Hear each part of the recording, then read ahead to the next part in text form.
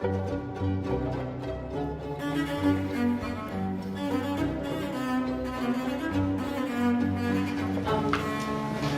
I started my journey as a Jew when I met my husband. We were married about 23 years ago, am I getting that right? And I was not Jewish at the time, and my husband, who came from a pretty non-observant family, said, well, I want to raise my kids Jewish. And I said, well, okay, because I at that point was sort of very tangentially attached to any religion, as sort of the Lutheran, Methodist, Midwestern sort of Christian. And I was looking for something else. So that started our journey together, which culminated in my converting just about a few months before we had our first child. So we have always maintained a Jewish family, but I am very close with my family. I have 3 sisters, and none of that side of the family is Jewish. And so there has always been I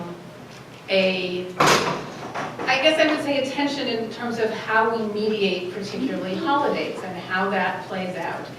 And Christmas has always been a big issue, how we celebrate that. It always, of course, comes down to the gifts. It's really what the problem is. Who gets what kinds of gifts and where, and whether it's Hanukkah paper or Christmas paper. But it's really all about the stuff, is what I've come to conclude, both on the Jewish side and the Christian side, at least with respect to that particular holiday. And over the years, Jim and I sort of keep a kosher-style household, which my family sort of gets, but not really, and his family, and he'll tell you about that, gives us flack about, so we sort of get that from both sides. But I felt that my kids went to the Gan, and they've gone to the religious school here, and that we have had a sort of nuclear Jewish family, that I felt like my kids very much know that they're Jewish, even though they have this whole side of their family that's not, and that we had really mediated a lot of the conflicts over the 20 years that I've been a Jew. And then, I have to say, I guess it's a little bit like being Jewish in that you're always learning something, and families have a way of making sure that you are always learning something. So the most recent experience I've had with this sort of cultural disconnect among families was about a year ago, when my father got very sick, of course right on the eve of my son's bar mitzvah. And so he was, my parents obviously could not come. This literally happened the day before my son's bar mitzvah. Much of my family was here, but my father was in ICU down in North Carolina, and it was sort of this terrible conflict of we needed to get through, a terrible thing to say about your son's bar mitzvah, we needed to get through the bar mitzvah so we could all leave and go down to the hospital and be with my mom and hopefully get my dad through this. So we have a wonderful bar mitzvah, and it's now Sunday morning, and my sisters and I are all getting ready, my 3 sisters, to leave and drive down to North Carolina. And we get one of my sisters gets up very early, and she had gone into the kitchen, and what happens when I walk into the kitchen is I see actually our Jewish siddur, our regular prayer book, is sitting out, and she's lit a candle, which just so happens to be a Yortzeit candle that was sitting on a shelf, and I kind of looked at it and sort of went, and sort of had this association, but I knew that like my sister was sort of trying to create some spiritual space for herself as we were getting ready to go see my dad, and so I didn't look at that and be like, ouch, this candle. I kind of didn't say anything because I didn't want to upset her, and I also didn't blow it out. So I leave this candle on the kitchen table with the prayer book out, and she and I go out to walk the dog. And while we're gone, my husband, who's very close to my father, gets up and walks into the kitchen and sees the Yortzeit candle and the prayer book and thinks that my father has passed away and kind of freaks out while we're gone.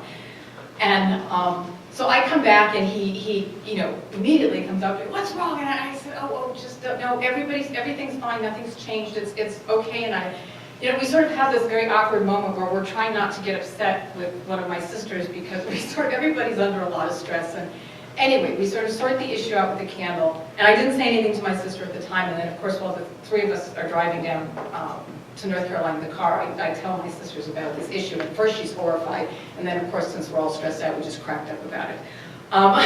But that's the kind of, and my father ultimately ended up being okay from that particular illness, which was a good thing obviously at the time, but that's the sort of cultural disconnect that even 20 years in, when we all, have these various traditions that we run into. And my favorite one, and it's like, I love my mother, and I don't, sort of take this the wrong way, and it's a good thing that we've dealt with these issues a lot over the years, is very recently, of course, we had Thanksgiving come. And my mother was coming for Thanksgiving, and this, of course, is a big American holiday. And of course it's a non-religious holiday, and then of course this year it's also a Jewish holiday, which she has participated in over the years, but she's not as comfortable with those things.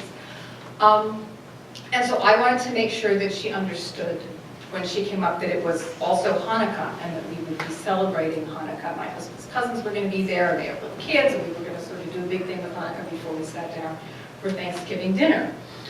And so I said to her, so Mom, this is, what we're doing. We're celebrating Hanukkah. And she said, well, I'm not celebrating Hanukkah this year. And I went on the phone, I said, oh, trying to, maintain it's not, well, we're celebrating Hanukkah this year. And she said, well, I'm not bringing presents.